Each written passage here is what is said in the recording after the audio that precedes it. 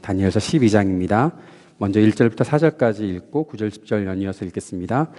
같이 읽겠습니다. 시작. 그때 너의 백성을 지키는 위대한 천사장 미가엘이 나타날 것이다. 그리고 나라가 생긴 뒤로 그때까지 없던 어려운 때가 올 것이다. 그러나 그때 그 책에 기록된 너의 백성은 모두 피하게 될 것이다. 그리고 땅속 티끌 가운데서 잠자는 사람 가운데서도 많은 사람이 깨어날 것이다. 그들 가운데서 어떤 사람은 영원한 생명을 얻을 것이며 또 어떤 사람은 수치와 함께 영원히 모욕을 받을 것이다. 지혜 있는 사람은 하늘의 밝은 빛처럼 빛날 것이요 많은 사람을 옳은 길로 인도한 사람은 별처럼 영원히 빛날 것이다. 그러나 너 다니엘아, 너는 마지막 때까지 이 말씀을 은밀히 간직하고 이 책을 봉하여 두어라. 많은 사람이 이러한 지식을 얻으려고 왔다 갔다 할 것이다. 9절 10절. 그가 말하였다. 다니엘아 가거라. 이 말씀은 마지막에 올 때까지 은밀하게 간직되고 감추어질 것이다. 많은 사람이 깨끗해질 것이다. 그러나 악한 사람들은 이해하지 못하고 계속 악해질 것이다. 지혜 있는 사람들만이 이해할 것이다. 아멘.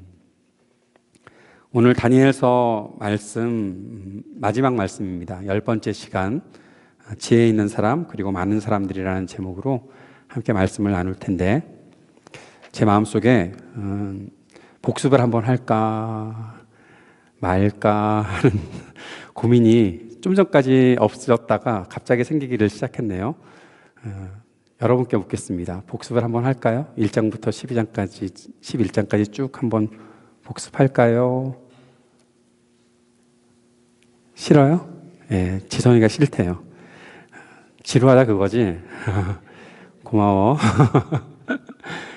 복습하는 내용들은 제가 홈페이지에 올려놓겠습니다. 그래서 여러분 홈페이지 들어와 보시면 1장부터 11장까지 쭉 정리해 놓은 내용들 보실 수 있도록 해드릴 테니까 지성의 요청대로 복습을 포기하고 12장부터 들어가도록 하겠습니다. 오늘 설교에 아주 중요한 역할을 지성이가 해주고 있다는 사실을 기억하며 앞으로도 종종 물어볼게. 자, 12장 말씀을 들어가면서 12장 말씀에서는 첫 번째로 하나님의 백성 그 중에 지혜 있는 사람들을 위해서 천사장 미가엘이 등장한다라는 예언들이 나오게 됩니다. 이제까지 없었던 어려운 때가 시작이 된다고 말하고 있는데 책에 기록된 하나님의 백성들이 환난에서 구원을 받을 것이다. 그리고 잠자던 모든 사람들로 깨어날 것이다 라는 말씀으로 시작하고 있습니다. 이것이 바로 종말의 때를 말하고 있는 거죠. 종말의 때가 있을 것이다. 한 가지만 확인하고 넘어갑시다. 사랑하는 여러분, 여러분은 주님께서 다시 오실 것을 믿으십니까? 예수님께서 언젠가 분명히 다시 오신다라는 사실 분명히 믿으십니까? 예. 그것을 믿는 것이 아주 중요한 우리 믿음의 고백 중에 하나입니다. 아마 변함없이 우리가 믿음을 가지고서 있어야 되는 내용들 몇 가지 중에 꼭 포함되어야 되는 내용은 예수 그리스도께서 이 땅에 다시 오신다라는 것입니다. 그럼 그때가 어떤 때인가? 바로 그때는 종말의 때입니다. 세상의 종말의 때입니다. 쉽게 설명을 드리면 우리 개인적으로 다 모든 인생들이 종말의 때가 있습니다. 신과 함께라는 영화를 보셨나요? 예, 저는 어저께 저녁부터 오늘 아침까지 보았는데 설교 준비를 다 맞춰놓고 여유 있게 인터넷이 끊어져서 한 번에 다 보지 못하고 오늘 아침에도 나머지 한 40분을 챙겨서 보고서 나왔는데 거기서 그런 얘기를 하면서 시작하죠. 그 차태현이 죽자마자 정해진 때에 딱 죽게 되었다라고. 근데 어떤 누군가에게나 다 그 종말의 때가 있다는 사실은 이 세상도 인정하는 바입니다. 세상 사람들도 세속적인 가치관을 갖고 있는 사람들도 사람은 다 종말의 때가 있다. 그리고 주님께서 다시 오신다는 약속은 분명히 있는데 그것이 언제인지 모르니까 언제 오셨으면 좋겠어요? 주님께서 다시 오시는 그날이? 여러분 언제 주님이 오셨으면 좋겠어요? 예? 네, as soon as possible. 저는 오늘 점심 때라도 오셨으면 좋겠어요. 점심 안 먹고 천국 갔으면 좋겠고 주님이 일상의 종말로 딱 임하셨으면 좋겠다라는 생각을 가지고 있어요. 옛날에 1992년도에 10월 28일 날 주님이 다시 오신다라고 했던 그 다가올 미래를 그래서 다미 선교회 이 누군가 하여튼 이장님이었나 하여튼 그 사람이 막 했던 이단 집단들이 있었거든요. 서울역에서 그 사람들이 막 전도하고 있었던 10월의 어느 날 저를 만났어요. 저를 딱 데리고서 그 사람이 막 아주 심각한 얼굴로 이렇게 얘기를 하더라고요. 10월 28일 날 예수님께서 오십니다. 그래서 제가 그 사람의 팔을 붙잡고 말했어요. 나는 오늘 오셨으면 좋겠는데 어떻게 생각하냐고. 그랬더니 도망가더라고요. 나는 빨리 오셨으면 좋겠다. 빨리 오셨으면 좋겠는데 뭐 10월 28일까지 기다리는 며칠 뭐 좀 더 땡겨지면 안 되냐? 왜 그걸 그렇게라고만 생각을 하냐라고 얘기를 했었죠. 종말이 빨리 왔으면 좋겠어요. 빨리 주님 만났으면 좋겠어요. 제 평생 소원 중에 하나는 내 인생의 어느 날 빨리 주님을 만났으면 좋겠어요. 내가 죽고 나서 주님 만나는 것도 물론 확신하고 있는 일이지만, 사랑하는 여러분, 누구나 개인적으로 종말이 다 있겠지만 개인적으로 종말을 우리가 인생이 끝나기 전에라도 주님께서 오시면 세상은 종말을 맞이하게 되고 그 이후로 영원히 우리가 하나님과 동행하는 그 나라에서 우리가 살게 될 것입니다. 그런데 성경이 예언하고 있는 것이 무엇인가 하면, 그날이 언제인지는 아무도 모르지만, 개인적인 종말 외에 주님께서 다시 오시는 그 날이 언제인지는 아무도 모르지만 그날이 가까워지면 환난의 때가 찾아온다라는 겁니다. 고난의 때가 찾아온다. 그 환난의 모습이 어떤 모습일까? 그것은 우리가 알 길은 없습니다. 그러나 어쨌든 예수님께서 승천하시면서 또 예수님께서 제자들에게 약속하셨던 그 모든 말씀 그대로 너희가 세상에서 환난을 당하나 담대하라, 내가 세상을 이겼노라 말씀하셨던 주님의 그 말씀 속에서도 있듯이 우리는 세상을 살아가는 가운데 환난의 때를 늘 거치게 되어 있습니다. 그리스도인들은 많은 핍박을 당하게 됩니다. 어떤 모습으로라도 마찬가지입니다. 그래서 가장 강력하게 주님의 다시 오심을 기다렸던 사람들은 아마 초대교회 사람이었던 것 같아요. 그때의 사람들은 정말 강력하게 주님을 고대했었습니다. 왜냐하면 지금 그들이 환난을 당하고 있으니까.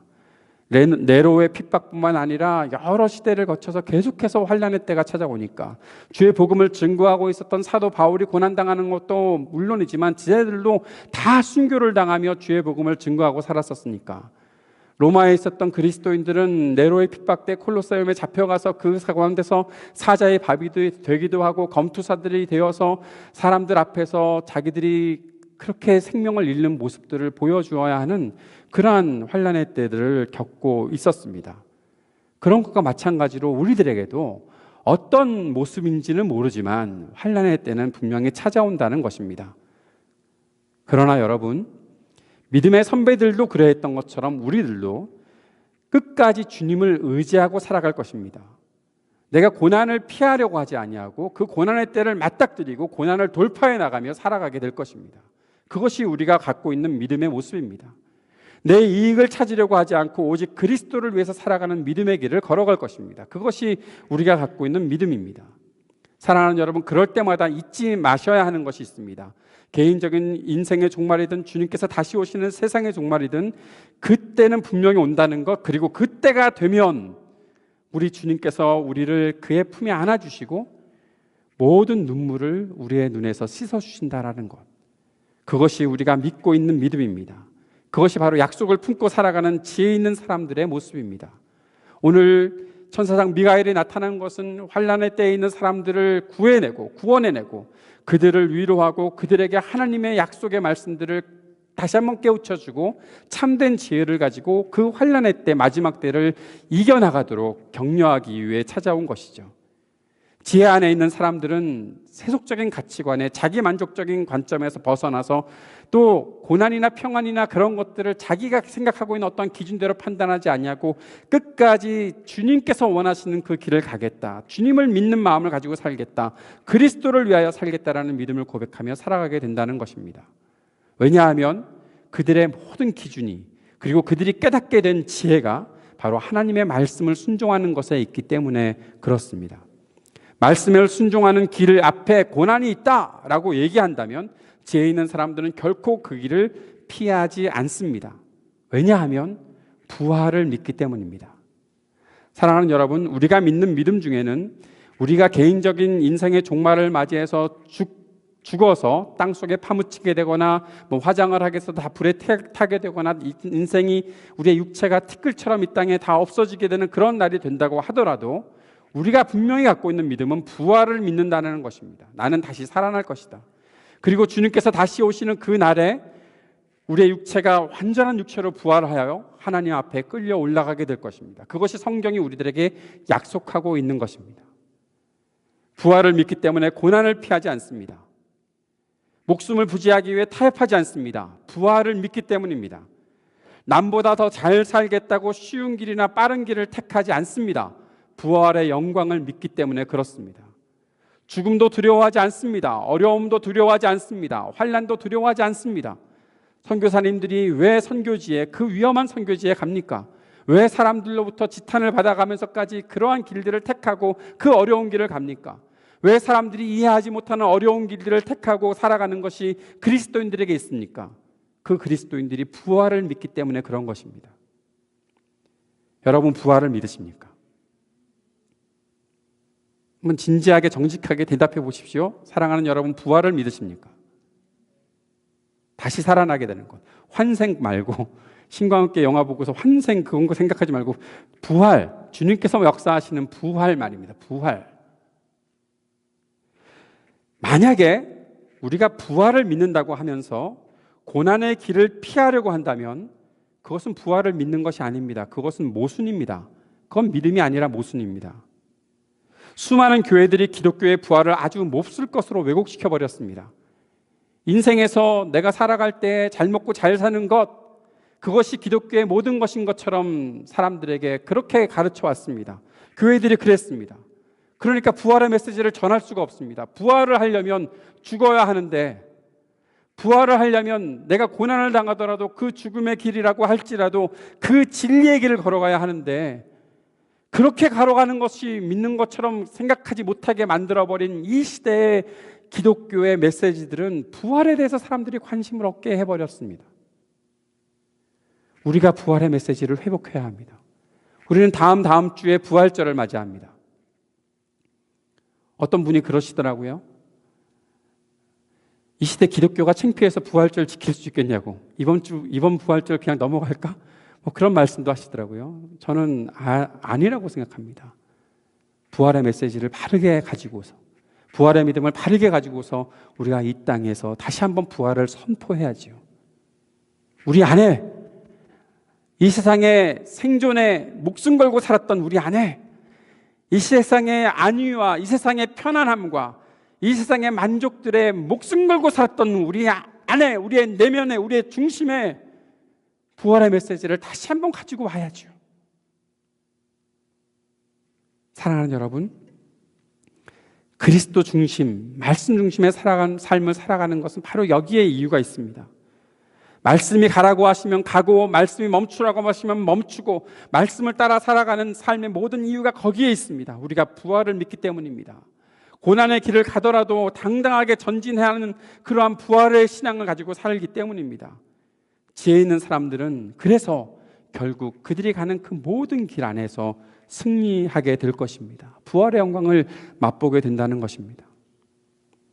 이것이 지혜입니다. 이 사실을 깨닫고 이 사실을 붙잡고 살아가는 것이 지혜입니다. 사랑하는 여러분, 한 번 더 질문해 봅시다. 하나님의 그 지혜가 우리 안에 존재하고 있는가? 하나님께서 주신 이 지혜가 우리 안에 존재하고 있는가? 네, 분명히 있습니다. 저는 여러분 안에도 이 지혜가 분명히 있다고 확신합니다. 혹시 하도 오랫동안 사용하지 않아서 그 지혜가 어디 있는지 찾으려면 시간이 좀 오래 걸리거나 너무 오랫동안 묵혀두어서 이것이 제대로 작동은 할까 싶은 의심이 우리 안에 들어올 수는 있지만, 그럼에도 불구하고 하나님께서 주시는 지혜가, 그 지혜가, 부활의 신앙, 말씀을 따라가는 신앙의 그 지혜가 우리 안에는 분명히 있습니다. 믿음을 고백한 사람들이라면 분명히 그 부활의 지혜, 말씀의 지혜가 있습니다.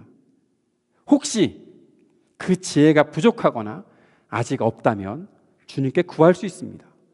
야고보서에서는 주님께서 우리들에게 지혜를 주시는 하나님이시라고 말씀하셨습니다. 우리가 그 지혜를 구하면 꾸짖지 아니하시고 부족하지 않도록 풍족하게 그 지혜를 부어주신다고 말씀하시고 약속하신 것이 바로 우리 주님이십니다. 사랑하는 여러분, 그 지혜를 간직하고 그 지혜를 얻고서 살아가는 우리 모두가 될 수 있기를 바랍니다. 그래야 이 땅을 살아갈 수 있습니다. 그래야 우리 앞에 다가오는 모든 환난과 어려움들을 이겨나갈 수 있습니다. 우리는 꼼수 부리는 사람들이 되어서는 안 됩니다. 하나님께서 원하시는 그 길을 걸어갈 수 있는 지혜를 찾고 그 길을 붙잡고 걸어가야 되는 사람들입니다. 하나님은 지혜를 주시는 하나님이십니다. 하나님의 그 지혜는 하나님으로부터 떨어져 나와 있는 어떤 다른 것이 아니라 하나님 자체가 바로 그 지혜이십니다. 잠언을 읽고 계신 분들이 계신다면 잠언 속에 나타나는 그 모든 지혜는 바로 하나님을 말하고 있습니다. 하나님께서 지혜의 그 본체이십니다. 세상에서 말하는 잔머리, 꼼수 부리는 것, 꾀를 쓰는 것, 인생의 어떠한 경험들이 많은 것, 그런 것은 참된 지혜, 하나님의 지혜와는 비교할 것이 못 됩니다. 우리가 그런 지혜, 다시 세상의 가치 속에서 있는 그 지혜를 의지하지 않고 하나님께서 주시는 지혜, 하나님과 함께하는 지혜를 얻기를 주님께서 원하시기에 그 지혜를 구하는 모든 이들에게 하나님께서는 지혜를 주신다라고 약속해 주셨습니다. 그렇다면 그 지혜가 우리 안에 들어왔을 때 우리는 그 지혜를 어떻게, 무엇에 사용해야 할까요? 지혜는, 적으세요. 이건 굉장히 중요한 거예요. 지혜는 사람들을 인도하는 일에 사용해야 합니다. 따라해 봅시다. 여러분 음성으로라도 여러분 마음속에 새겨 놓으십시다. 지혜는 사람들을 인도하는 일에 사용하는 것이다. 사랑하는 여러분, 지혜는 자기 만족시키는 일에 사용되는 것이 아닙니다. 자기 중심적인 사고, 자기를 이롭게 하려는 지혜라는 것, 그런 것은 분명히 몰락하게 됩니다. 왜냐하면 그것은 이미 지혜가 아니기 때문입니다.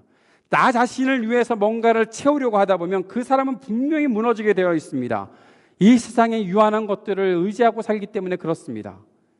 빌립보서 말씀을 묵상하는 가운데 우리가 깨달을 수 있는 것은 무엇입니까? 결국 그리스도를 따르는 지혜, 하나님의 뜻을 따르는 지혜는 자기 자신의 유익을 버리고, 완전히 버리고, 내 자신을 이롭게 하는 모든 것들 다 오물로 여기고 오직 하나님을 위해서, 그리스도를 위해서 살겠다라는 것이죠. 그리고 그 그리스도를 위해서 살겠다는 것이 무엇으로 굳혀야 됩니까? 다른 사람을 위해서 일하라. 다른 사람을 위해서 섬기라. 너 자신의 일을 돌보지 말고 다른 사람들을 섬기는 일에 너 자신이 한번 희생하고 겸손하게, 너 자신은 겸손하고 낮아지고 다른 사람들을 높여주는 일을 하라. 그것이 그리스도를 따르는 길이다라고 아주 동일하게 말하고 있습니다. 우리가 말씀을 읽고 묵상하는 가운데 그러한 일들을 깨달아야 하는 것이죠. 사랑하는 여러분, 오늘 말씀에 있는 것처럼 지혜는 하늘의 밝은 빛처럼 빛나는 것입니다. 왜 지혜가 빛을 비춥니까? 왜 지혜가 밝게 빛납니까? 그것은 자랑하라는 자랑거리가 아니라 사람들을 인도하는 일에 사용하기 위해 밝게 빛나는 것입니다. 세상이 어둡고 세상이 캄캄해서 사람들이 길을 찾지 못하고 있을 때 지혜 있는 사람들이 나타나서 그들을 밝게 해주어야 그들이 바른 길로 걸어갈 수 있는 것입니다. 다시 한번 정리하고 말한다면 기독교 신앙은 결코 자신의 삶을 유익하게 만드는 것이 아닙니다. 우리는 이미 유익해진 사람들입니다. 우리는 이미 넘치는 복을 받은 사람들입니다. 사랑하는 여러분, 이것을 믿고 계십니까? 우리가 예수 그리스도를 믿었을 때, 우리가 십자가의 대속의 그 은혜를 믿었을 때, 우리가 부활을 믿었을 때, 예수님을 나의 삶의 주인으로 영접했을 때 우리는 이 세상에서는 전혀 비교도 할 수 없는 하늘의 놀라운 은혜와 유익을 얻었습니다. 하나님께서 채워주시겠다고 하신 그 모든 것들을 얻었습니다. 하나님께서는 나의 필요를 다 채워주시기로 작정하고 계십니다. 어떻게 고난의 길을 가더라도 때로는 내가 사람들과 비교해 봤을 때 내가 좀 가난하게 사는 것 같고, 내가 좀 많은 것들을 포기한 것 같고, 내가 좀 이렇게 살아도 되나 싶을 정도의 삶을 살더라도 주님께서는 우리의 필요에 늘 민감하시고 우리의 필요의 모든 것들을 채워주시겠다고 약속하셨습니다. 먼저 그 나라와 의를 구하면 너희 입을 것, 먹을 것, 쓸 것들 다 공급해 주시겠다고 약속하셨습니다. 그 약속을 붙잡고 사는 사람들에게 우리는 부족함이 없습니다. 우리에게는 풍성함이 있습니다. 그 풍성함들이 우리에게 넘치게 들어올 때 우리는 그것들을 가지고 남을 위해서 살아갈 수 있겠다고 생각하고 결단하고 그렇게 남들을 위해서 섬기는 삶을 살아갈 수 있는 사람들입니다. 우리보다 유익한 사람이 이 세상에 어디 있습니까? 우리보다 유익한 사람이 어디 있습니까? 사랑하는 여러분, 자꾸만 겉의 것을 가지고, 모습들을 가지고, 겉으로 나타나는 모습들을 가지고 세상과 비교하지 마십시오. 세상과 비교하면 비교할수록 우리는 때로는 정말 비참해집니다. 나는 왜 이렇게 살지? 저 옆집 사람은 왜 저렇게 잘 살지? 늘 그런 비교를 가지고 살아가는 것은 믿는 생활이 아닙니다. 하나님께서는 이미 나에게 필요한 모든 것들을 채워주셨습니다. 안 주신다고요? 안 주실 것 같다고요? 주신다니까요. 기도해보자니까요.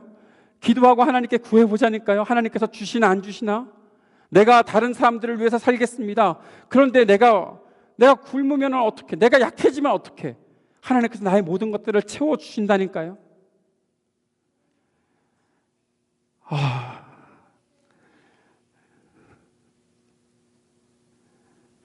왜 아멘 안 할까 이럴 때?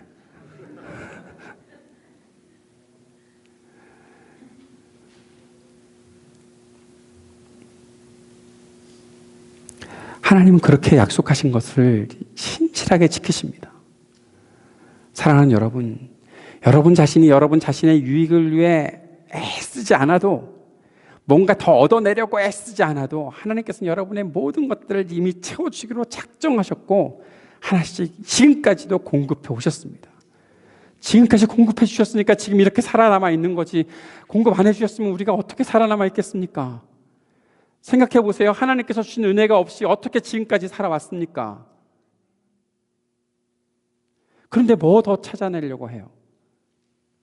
뭐 더 얻어내가려고 해요?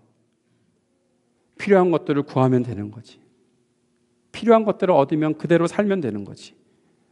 그래 남는 모든 것들은 다른 사람들을 위해 헌신하며 살면 되는 거지. 이것이 기독교 신앙이 갖고 있는 메시지입니다. 그리스도 중심으로 살아가는 삶, 철저하게 그리스도를 따르는 삶, 그것은 다른 사람들의 유익을 위해서 살아가는 삶이다. 그것이 성경의 메시지입니다. 이 단순한 메시지가 기독교에서 잊혀져 있었습니다. 예수 믿으면 복 받는다고 얘기하고, 예수 믿으면 남보다 잘 살 수 있다고 가르치고, 성경이 가르치지 않는 세속적 가치관들을 너무나 많이 말해 왔습니다. 그래서 우리가 세상에 나가서도 성경이 말하고 있는 복음을 말하기가 참 힘이 들었습니다. 성경을 조금만 알아도 너무나 쉽게 발견할 수 있는 지혜를, 성경을 읽지도 않고 성경에 관심도 없던 그리스도인, 교회 다닌다는 사람들, 그 사람들의 입을 통해서 그렇게 왜곡된 성경의 가르침들이 계속해서 세상에 흘러다니고 있고, 성경은 정말 관심도 없는 목사들이 이상한 메시지만 증거하고 살아왔었습니다. 대통령은 성경에서 희년을 찾아서 성경의 원리들을 설명하고 있는 이 시대가 되었는데, 목사는 거기서 교회가 안정을 찾아야 된다고 호소하고 있는 이상한 환경을 우리들은 세상에서 보고 살고 있습니다. 무슨 얘기하는지 모르시겠어요? 사랑하는 여러분, 세상은 교회 보고 왜 너희들 성경대로 살지 않느냐고 그렇게 질책합니다. 성경을 알아가는 세상의 사람들은. 그런데 우리가 성경을 알고 있다면, 말씀을 알고 있다면, 이 말씀의 원리들을 가지고, 그 중심을 가지고, 메시지의 중심을 가지고 살아야죠. 사랑하는 여러분, 다시 한번 간곡히 권면합니다. 지혜를 구합시다. 하늘의 지혜를 간직합시다. 그 지혜를 가지고 사람을 살려냅시다. 사람들을 위해서 사용합시다. 세상이 이 지혜에 굶주려 있습니다. 지혜는 말씀과 함께 있다는 사실을 잊지 마십시오. 말씀 안에 지혜가 있다는 사실을 잊지 마십시오. 또 지혜 있는 사람은 계속해서 말씀을 찾아간다는 사실을 잊지 마십시오. 아주 구체적으로 가늠할 수 있는 길을 하나 알려드릴까요? 내가 지혜 있는 사람인가 지혜 없는 사람인가? 지혜 있는 사람은 하나님의 말씀을 읽어보려고, 하나님의 말씀을 가까이 하려고 노력하는 구체적인 노력들이 그 삶에 나타나고, 지혜 없는 사람은 말씀에 뭐가 있는지도 찾지 못하는 사람들입니다. 관심이 없는 사람들입니다. 여러분은 지혜 있는 사람입니까? 지혜 없는 사람입니까? 손 들지 마세요. 갑자기 막 지혜 없다고 그러지 마시고. 자, 사람들을 어떻게 살려내는가? 지혜를 가진 사람들, 말씀 안에서의 지혜를 품은 사람들은 사람들을 깨끗하게 하는 사람이다라고 성경이 오늘 말하고 있습니다. 종말의 때에 필요한 것은 순결함입니다. 사람들을 정직하게 만드는 것, 사람들을 진실하게 만드는 것, 모든 거짓과 허영들을 다 떼어내고 모든 더러움들을 다 씻어내고 순결하게 만드는 것이 바로 지혜이고 말씀입니다. 사랑하는 여러분, 혹시라도 이런 오해를 하지 마십시오. 순결한 백성이라는 것은 죄를 한 번도 짓지 않은 사람이겠구나라고는 생각들을 버리십시오. 성경은 우리들에게 말해주고 있습니다. 모든 사람이 죄를 범하였으며 하나님의 영광에 이르지 못하더니 일상의 모든 사람들은 다 죄인이다라고 이미 말해주고 있습니다. 그런데 우리가에게 순결한 백성이 된다는 뜻은 무엇입니까? 우리가 순결한 백성으로 살아가기 위해서는 우리의 죄를 철저하게 주님 앞에서 회개하고 회심하고 돌이켜서 온전히 주님의 은혜를 누리며 살아가는 사람이 되기로 작정하는 것, 지혜 있는 사람이 되어서 진실을 추구하고 진리를 추구하고 살아가는 것, 그것이 바로 하나님께서 우리에게 요구하시는 순결함입니다. 이 순결함은 누구나 얻을 수 있습니다. 그리스도를 아는 사람, 믿음을 간직한 사람들은 이 순결함 가운데 살아갈 수 있습니다. 사람들을 또한 순결하게 만들어가는 사람입니다. 사람들에게 진실을, 사람들에게 정직을, 사람들에게 깨끗함을, 사람들에게 견고하게 서는 그 중심을 세워가는 사람들이 바로 지혜 있는 사람들입니다. 그리고 또 한 가지, 지혜 있는 사람은 많은 사람을 인도하는 사람입니다. 여러분, 저는 다니엘서 12장에서 포기하고 싶지 않은 단어가 하나 생겼습니다. 그것은 바로 많은 사람들이라는 것입니다. 많은 사람들. 여러분, 많은 사람들의 관심이 있으십니까? 많은 사람의 관심이 있으십니까? 제가 사람이 많아지는 것에 욕심을 내고 싶어서 그러는 것이 아닙니다. 지난 금요일에 그 뉴욕에 있는 브루클린 터버너클이라는 교회가 있어요. 그 교회의 찬양 영상을 보았어요. 여러분, 혹시라도 뉴욕에 여행을 가서 주일을 보내게 된다면 브루클린 터버너클에 가서 예배를 한번 드려보는 것은 여러분 인생에 아주 좋은 경험이 될 것입니다. 뉴욕 가서 아무 데나 이상한 데나 돌아다니지 말고 박물관 돌아다니고 브루클린 터버너클 가서 예배 드리고 오면 참 좋을 것 같아요.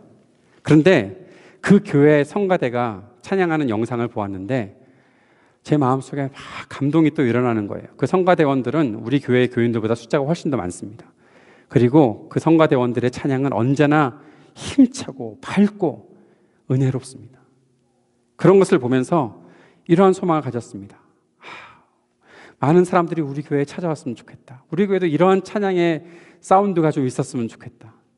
그래서 오늘도 이렇게 찬양을 듣는데, 여러분의 찬양을 듣는데 여러분의 소리는 들리지 않고 은영이와 조길 집사님 목소리하고 내 목소리만 들리는 거예요. 여러분 찬양을 좀 더 크게 해주실 수는 없나요? 노래를 할 때 좀 큰 소리로, 더 큰 소리로, 내 목소리가 옆에 있는 사람에게 좀 들릴 정도로, 그냥 웅얼웅얼 거리지 말고 좀 큰 소리로. 그러다가 갑자기 그런 생각을 하면서 갑자기 좀 미안한 마음이 제 속에 생겼습니다. 내가 세속적인 생각을 하는 것은 아닐까? 많은 사람들이 우리 교회 오는 거 욕심 아닐까? 저는 조만간 한 몇 년 안에 우리 교회 교우들이 한 150명 정도가 예배를 드렸으면 좋겠다라는 꿈을 꾸었었거든요. 그러면 참 좋겠다는 생각을 하고 있었는데 그런 거 내가 너무 세속적으로 판단하는 것은 아닐까? 그런 생각을 하긴 했었어요. 그러다가 그렇게 찬양 드리면서 그런 생각들을 하고 있다가 제 멘토 목사님께서 목회사진을 보내주셨어요. 거기에 사람을 아끼는 것이다 라는 것에 대한 주제를 가지고 목회사진을 보내주셨는데 참 많은 감동을 받았어요. 그래서 목사님께 답장을 드리면서 기도 부탁을 하나 드렸어요. 우리 교회에서 금년에 이번 5월 달이 되면 제가 알기로는 8명 더 이상이 졸업하고 이제 또 미래를 향해서 나가야 되는 그런 일이 생길 것이다. 아마 최근 몇 년간 가장 많은 인원이 교회를 이렇게 떠나게 되는 일이 있지 않을까라고 보게 되는데, 그래서 목사님께 부탁을 드렸어요. 우리 교회 청년들의 미래를 위해서 기도해 주십시오. 청년들이 취업하는 길도 잘 열릴 수 있게 해달라고, 진학을 하든지 어떤 곳에 가든지 정말 좋은 미래를 개척해 나갈 수 있는 하나님의 사람들이 될 수 있게 해달라고 그렇게 기도 부탁을 드렸어요. 많은 청년들이 나가게 됩니다. 근데 금방 답장을 보내주셨어요. 뭐라고 하셨냐면 우리 청년들의 앞길을 위해서 중보 기도해 주시겠대요. 참 감사하죠. 그러면서 한 가지 더, 이번에 ISU에 많은 한국 유학생들이 왔으면 좋겠다고 목사님이 그렇게 기도를 해 주시겠다고 하는 거예요. 그리고 우리 교회에 많은 청년들이 왔으면 좋겠다고, 많은 사람들.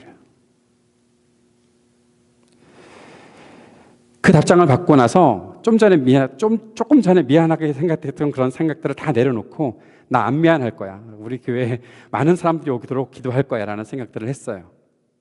그러면서 이러한 생각이 내 마음속에 들어왔어요. 많은 사람들이 지혜가 필요하고 이 땅에 많은 사람들이 복음이 필요하고